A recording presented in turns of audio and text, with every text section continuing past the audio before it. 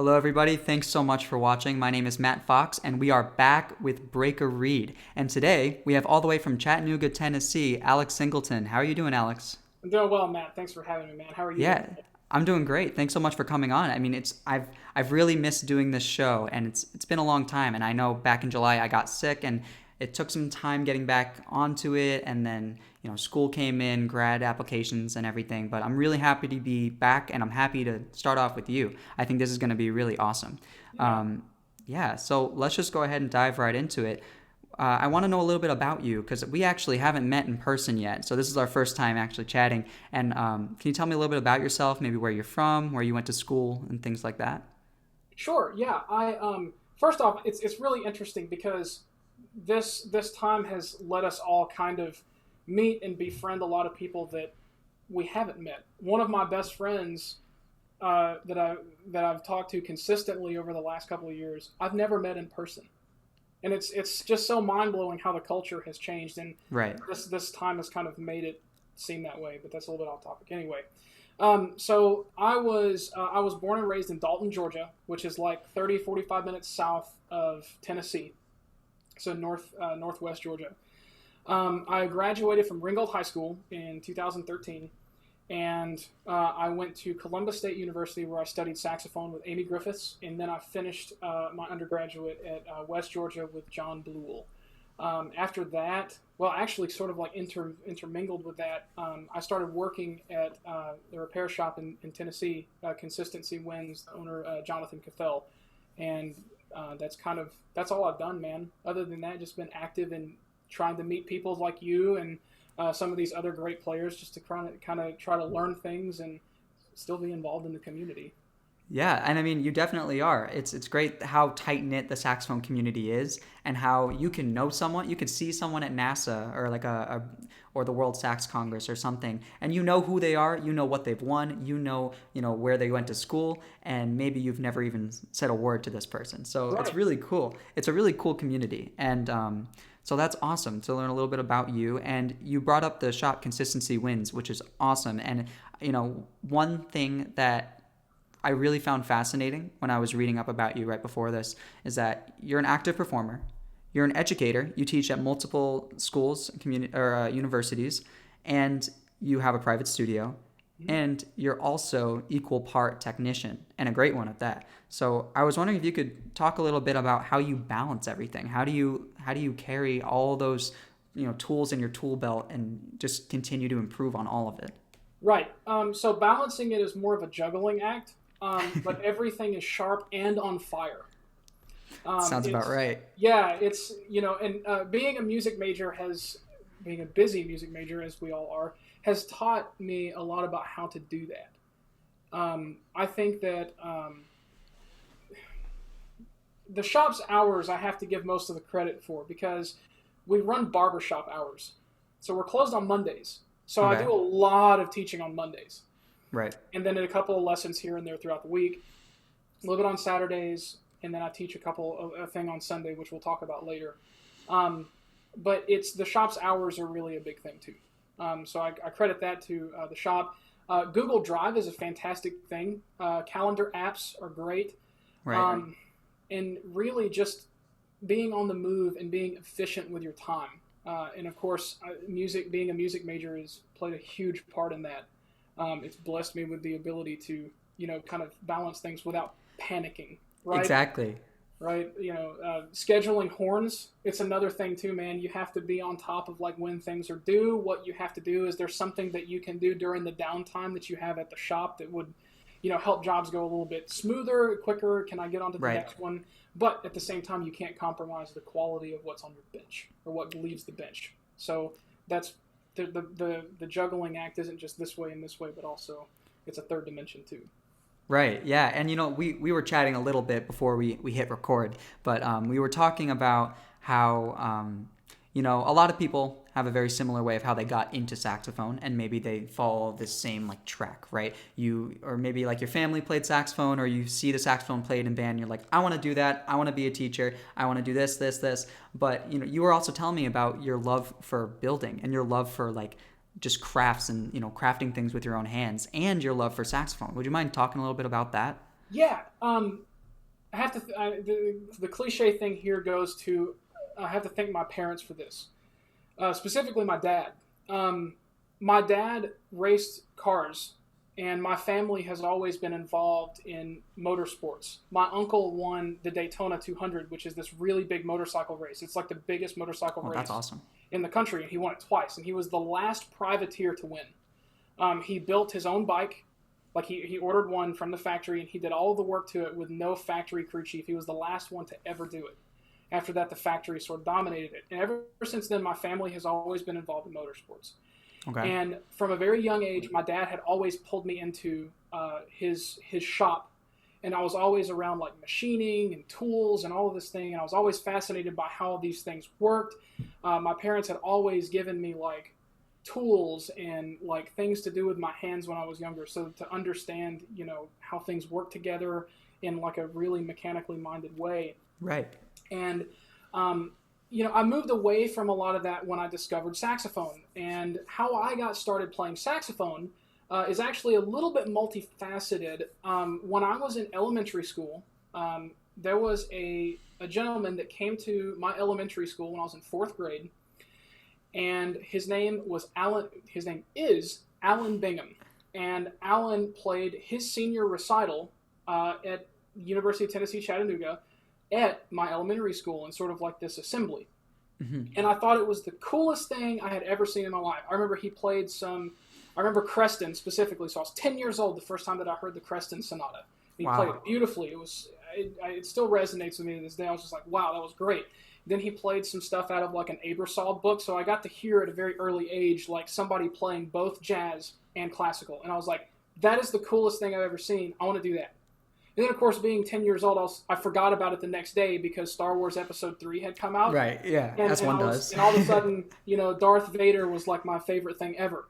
Right? I still have the light. Like, this is one of the things, too, that my parents did. They would buy me things that I was interested in. Like, I built this. This is a prop that they... That is like, so cool. using the same stuff that they did in the movies. I did my research. I found, like, this is a calculator, a circuit board from a Texas Instrument calculator from the mid 70s. Windshield wiper blades from a Jeep from a certain year, and then like a flash handle from like what they used to, you know, poof, and then like the powder came out, big flash of light. Right. This is like more authentic than you can buy in a replica. But I built that when I was 10. You know, so That's that was so like cool. it was part of like the mechanical thing. Like I just had this desire to build and do things. So fast forward 2 years to sixth grade. All of my friends who I would play with lightsabers at recess were all of a sudden in band. And I was like, I want to do that because all my friends were there, right? Originally, I wasn't even involved in band, but everybody was like, you got to do it, you got to do it. And so I remember going up to my band director, Tracy Wright, and I was like, I want to join band. He was like, well, bring a note, and we'll get your schedule changed, the normal, you know, whatnot. And I told my parents I wanted to do it. My stepdad was like, well, your stepsister has a saxophone. Here you go. And it happened to be, I call it a Vito-ha. It was when, you know, Yamaha made saxophones for Vito, and they stamped Vito on it, and that's what I started on. I have that in the other room. I have that exact same horn. Yep, had this gorgeous orange lacquer to it. It was great. So that was the horn that I started on, and ever since then, I played, and I discovered that I was really good at it, and, you know, I loved it, and so therefore I got better at it, and it just kind of like compounded that way.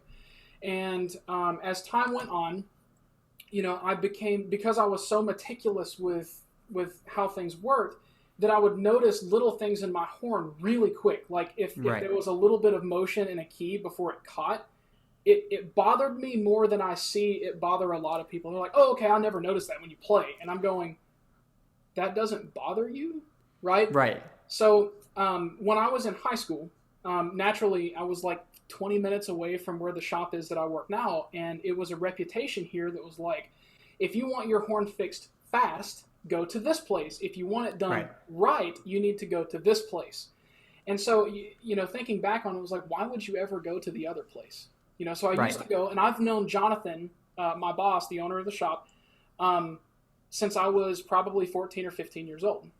Okay. And so I used to use him for repairs. Well, I left for school, and at Columbus State, Dr. Griffiths had somebody that she liked to use in Atlanta. And me being a high school kid, early college kid, I started going, well, you know, there has to be a really good technician in every city.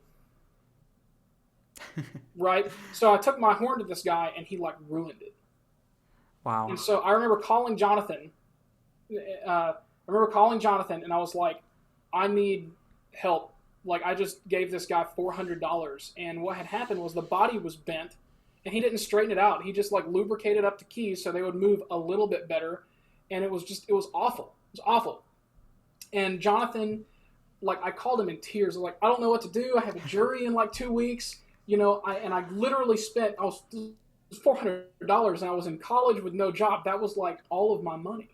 Yeah. And so, luckily for me, we had known each other, and he had done some huge jobs for me before. He gave me kind of a handout, and I promised him that I wouldn't tell everybody, but it has to be put out there because this is why I'm so loyal to him.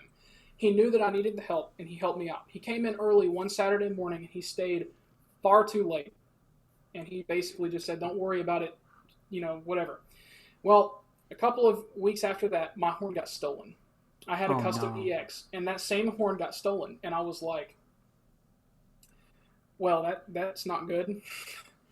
So then I got a Selmer horn, and this is when my desire to really get into repair work started. I got this Selmer horn, and I didn't play it before I tried it. I just ordered it online.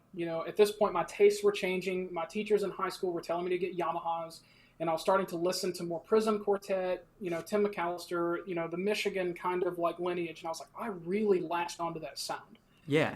And I was like, if I want to sound like that, I probably need to get something more along the lines of that. So I chose to get a Series 3. Well, I got this horn, and it just did not mesh well with me at all.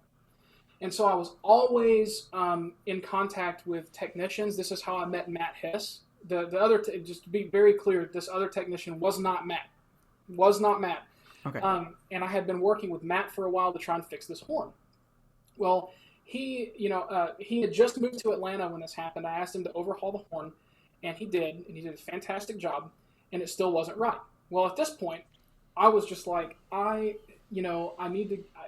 thought that it was something that was wrong with his work. Well, I took it to Jonathan. Jonathan did everything that he could. We tried to change key heights and do all this crazy stuff. And I just said, look, man, I had put root pads in it. I had done other pads and crazy things. And I asked him, this is where everything started. I said, if I work for you for the summer as like an intern or whatever, and I do whatever you need me to do around the shop, will you repad this horn with like normal pads? And he was like, we can work something out. So for an entire summer, this was 2016, for an entire summer, I couch surfed between a bunch of friends' houses still in Ringgold, where I was from, and I would drive to Chattanooga to work at the shop and learn about repair, and then, and that's sort of how my apprenticeship started. And the fun little tidbit about that was Jonathan finished the repad on that horn about 3 or 4 hours before my plane left from Atlanta to go to ASA in 2016. Oh, wow. So, like, here I am, like, flying to Atlanta to try and catch a plane. Didn't sleep that night. It's bad. Flew to ASA the first year, and then that's how I, met some of the other guys there, just maintaining connections, came back. And Jonathan kind of offered me sort of like a part-time position. So I would drive up on Saturdays to the repair shop, and if only from 10 to 3. So this was like 3-hour trip to Chattanooga, work 5 hours, and then 3 hours back for the weekend at the house. 3 hours. You were in Atlanta at this time. It's a town 45 minutes west of Atlanta called Carrollton. Okay. So I would drive 6 hours total to work 5 hours and learn from him. And then over the summers, at that point, I would just work for him full time. Well, I already had a full-time job with him for my last semester of college. And it just so happened that my last semester, the only thing that I needed, and this because I transferred, I had to do a woodwind method class as well as my recital and one more semester of lessons. So I took care of all of these things on blessed Monday because the shop's not open on Monday. But then I would drive down for my lesson, this class, and whatever else I needed to do in Carrollton, and then I would drive all the way back to Chattanooga at the house that I was currently renting, and I would work the rest of the week, and then I would repeat that process for my last semester, and then I moved to Chattanooga full-time after that. Wow. So That's sorry great. for like the super long No, that's awesome. I mean, it's really interesting. Everyone from doing these interviews, everyone's background is so drastically different, and it's really important to hear like what makes you you, what makes you do the things that you do and love the things that you love. And I think that's really interesting the way you kind of came about, all the professions and all the, like we said, the juggling with the knives and the fire, like all the things that you do. That's really cool. Right. So There's not a set path for anything. no, there really isn't. And, it's never too late to change paths either. And that's always something that's really good to remember. And kind of shifting courses now, we were talking a lot about the shop. I want to get to you as a saxophonist, a performer, an educator, and just things like that. And I know we spoke that you teach at Chattanooga State University College and Covenant College, right? Right. Right. So how is it doing that? And I mean, you work full time at the shop. So how do you do both? How do you manage that? It's the only thing about being adjunct that I really enjoy. Okay. Because I'm able to be on campus when I can be on campus. Right. Right. That's when I'm required to be on campus. So, like I said, I get a lot of teaching done on Monday because it's the day that the shop is closed. So I try and pack as much as I can without wanting to throw myself off of a building that I can on Mondays. Right. Right. So you can only do so many things before you just need to chill for a bit or practice. Right. So I think that it's taught me things about, like, repairing has taught me things about saxophone that I should have learned at a much younger age. I say that as a 26-year-old, so it's kind of odd, but like, and then also the reverse is true. So like I take, when you practice, that it has to be very deliberate, very to the point, and you have to take your time for things to sink in. Right. That's something that I don't think really set in until after I graduated. Okay. And it was because of the way that Jonathan was instructing me on repair. He's always had to ground me in, you have to slow down. You have to breathe. Enjoy the process and get things right. It's about the journey almost more than it is the end result. When you're rehearsing a piece of music, it's about the fundamental work that you do in your warm-up for that piece almost more than it is the technical stuff that you do in your practice time for the piece, right? And you can kind of see how I'm talking, that they kind of, there's a push and pull in that relationship. And the more that I do one thing, the better that I'm able to do in another area too. Right. So when I wake up in the mornings, I always start my day off with practicing my fundamentals, right? I'm doing, I'll either practice in my studio here at home, or I'll go to the shop a little early and I'll play with a drone and I'll play scales and I'll hit some passages in a piece that I'm just not really feeling. And then when I go to the bench, I have to separate the player and go into like mechanical mode. Right. And I go, okay, so on this horn, I have to make sure that all this stuff is set before the pad work goes in. Right? Because there's so much stuff that you have to do to a horn to make sure that the pad work goes well. So that's kind of how it relates. Does that answer your question? Or it does. It does. And, it brings me to this point, like, I'm pretty sure I've said this in an interview before, but people always say that math and music, it's like uses the same side of the brain. Mm-hmm. And I mean, you are the example of that. Not to say that, repairing horns is math 100%, but it's geometry. I mean, it's got to use that same side of the brain, and going straight from doing your scales in a very like rudimental way and then quickly transitioning into the workbench, like that's using that same side of the brain. And if anything, it's like keeping it going from a really early time in the morning. And it's really interesting to me. That's really cool. Yeah, man. Yeah. Yeah. And I think that the other thing that relates to it, I think that us as performers can see this too. 50 years ago, when you heard somebody play Glazunov for their doctoral recital, going back and listening to that now, you go, that was a doctoral recital? Not just because it's Glazunov, but because of the quality that it was played at too. Right. Right? And then looking from like a repair standpoint, we have clients that come in to have their horn worked on, and they're very timid sometimes. I'm sure that there's not a lot of saxophone players that haven't had this experience. You go to a technician and they did something that you didn't like. Right. We have a lot of people that they'll either want to watch you work on their horn, or they're gonna, please don't do this. And it's almost like we have to. It's okay. It's okay. Nothing is gonna happen. You're in a safe place. Right, right.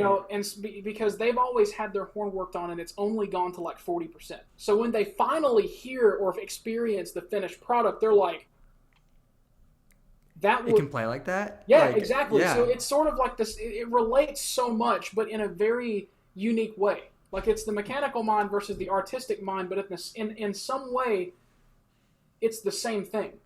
Right. Repairing at an artist level. Right. Exactly. Jonathan and I we were talking with University of Michigan Saxophone Studio. We did a clinic with them, and Dr. McAllister was talking about that, like repairing an instrument to an artistic level instead of just doing it to like, here, it's better now. Right. I mean, it is a craft. It is an art. It's just, sometimes it's almost seen as a service when it's just as much as an art as doing a recital or doing a tour, just anything like that. And yeah. Yep. That's really cool. Yep. So we're nearing the sort of end. We have about 5 to 10 minutes ish left, and I wanna change courses. So okay, sure. Since March, I mean, no, we're like 9-10 months into this, and a lot of people have picked up new hobbies. A lot of people have learned new things, maybe changed some things about themselves. Is there something that you think you're doing now that maybe you would have never imagined you'd be doing back in like early March or February? Being a germaphobe. Yeah. that would be one thing. No, in all seriousness, it has me thinking about efficiency to a different degree, right? Because now we have tools that we never thought of. Zoom, right? Mm-hmm. I mean, sure, we had FaceTime, but nobody was really using it to the extent that we did before. Right. So the thing that comes to mind is I've started doing a studio class for my private students. Okay, the music program at Covenant College is not the same one that you'll probably experience at ASU. It's not not in terms of, in terms of quality, of course, because Dr. Kynaston is like, right, or AU. I always get those two mixed up. Whatever, you know what I'm talking about. Yeah. But like, they don't have. I'm not given the opportunity to do a saxophone studio class. So in terms of, trying to keep my kids in the mindset of, there are things that you shouldn't have to talk about in a private lesson. You should be able to, because it's so broad. Like, this is how you should put a reed on a mouthpiece. Right. Let's just cover that. There's 10 of you here. Let me show you this. Right. Because everybody needs to hear this information. Right. Okay? And the majority of the kids that I deal with at the collegiate level, they've never had private lessons before. Okay. Yeah. So that's a different, avenue. So being able to invite, new kids at the middle school, high school, and collegiate level that have never had lessons before, a studio class has been very beneficial for that. I've been able to bring in, I had Dr. Owens from UT Martin. I brought in my old teacher from Columbus State, Amy Griffiths. She did some stuff with my students there too. And it's all through Zoom, right? Yeah, it's a great tool. And to be honest with you, I didn't even think about doing that until like a month or two ago. And I was like, why have I not done this before? Right. It's a fantastic opportunity. So have you been combining I know you have a private studio and there are the two collegiate groups. Are you combining all of them? Yes. And the reason for that is because there are things that I want my advanced 8th grader to know about, like if I have an 8th grade kid that has a great sound, great technique, let's talk about adjusting a reed. Right. And my college kids have never had a saxophone lesson, so they probably don't know about, adjusting a reed because their band director was a percussionist. Right. So there are things that I'm trying to figure out and cover that right now. And it's confusing because I've never had to do a studio class before. So there are things that I have to kind of sort through, like, no, we're not going to talk about like musical interpretation of Dacenclo because that's going to be like, I'm going to have a 7th grade kid that's going to be like, right, the whole time, right? So general things that I have to really narrow down. What did they not know and what did they not know? Yeah. So that sort of thing. Yeah, and I think, I really do think that there are many things about the way we live in 2020 that will not continue. Obviously, we will go back and we will do live performances. We will do live rehearsals in ensembles and stuff like that. We will have a full audience in recitals and stuff like that. We will go to movie theaters again. But there are also a lot of things that this brought that I think will continue well past, the end of the pandemic, whenever that may be. Right. But and as for someone like you that does so many things and has a studio of a good number of people, but all through different programs, having like a Zoom meeting might be very beneficial, even post pandemic time. And that's just really, it's just really cool that like you get to do that with your students, and they, the younger students get to hear play, hear them speak, even like the older students. I think that's really interesting. Right. Yeah. Yeah. Absolutely. Absolutely. It's interesting to see because there are some of my younger kids that have actually been taking lessons with me longer. Okay. Than some of my collegiate kids. Right. And they're really sidelined by that, right? Because they've had I have an 8th grader that has been studying with me since he was in 5th grade. So he's had 3 years of lessons with me. And then I have like collegiate kids that have had like 2 semesters of lessons. Right. And that's only 24 lessons. When I have a kid that's been studying with me all year, it's much more than that. Right. It's like double that almost. Yeah. And they're able to do things that maybe like that 1st or 2nd semester college kid can't, and then that makes the college kid go, oh, yeah, right? But not in like a an evil way, right? It's sort of they see that incentive. It's possible. They see that it's possible. So it's kind of like a really wake up call, especially when some of their goals are to transfer into like a 4-year school, because that's what I have to prepare them for. Right. So the theme of this semester is you're going to play a lot of scales for juries, because you guys think that I'm joking when these big time professors have you do like crazy scales and 3rds and 4ths and 5ths, and you're a sophomore and we have to cover all these patterns and all this kind of stuff. Right. You think I'm joking? Jury time. So it's moved away from music a little bit, and I hate it, but they have to understand the seriousness of it. Right. Yeah. I mean, it definitely makes sense. There's always a balance between the fundamentals and the music aspect, and finding that balance is very difficult. Right. So just, all things aside, what have you done during the pandemic, not music related, that you just really enjoy? Like at the end of the day, this is what I want to do. I want to talk to friends again. So like hopping on the Discord and talking and playing a game with a friend of mine, because I'm really big into tabletops, Dungeons and Dragons, right. Star Wars stuff. Mm-hmm. I'm a super huge geek about that. Right. I've really gotten into playing some of those tabletops, and there are simulators online that put you on like a virtual tabletop, and it almost feels like you're there hanging out with them again. That's really cool. So that has been cool, and then also riding my one wheel. That thing is awesome. Shout out to Stephen Page, whom had hit me up about that, and now he's got one, and it's been a fun experience. So, yeah. That is so cool. Yeah. Yeah, awesome. Well, with that, I want to wrap things up. Thank you so much for coming on today and for being the first person back on the show. I'm really excited for all the people to come in the future, and it's just been great to sit here and chat. I know we haven't actually gotten to meet in person, so this has been really fun. We will one day.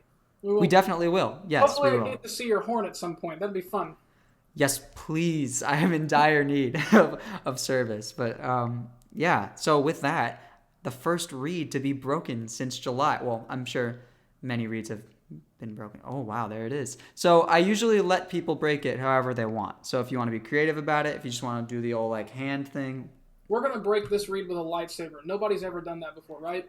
No one on the show, no. All right. And I'll break it with you. So I'll let you count down, and I'll break mine. 3, 2, 1. There we go. Boom. Perfect. Let me see it. Put it up to the camera. I got a nice little split in the corner. That's perfect. There's no coming back from that. It's done. There you go. Well, thanks again so much for coming on. This has been a lot of fun. And, Absolutely. I hope you have a great holiday season, and I hope to hear from you soon. Absolutely. It's going to be awesome. Thanks for having me, Matt. All right. Bye, Alex.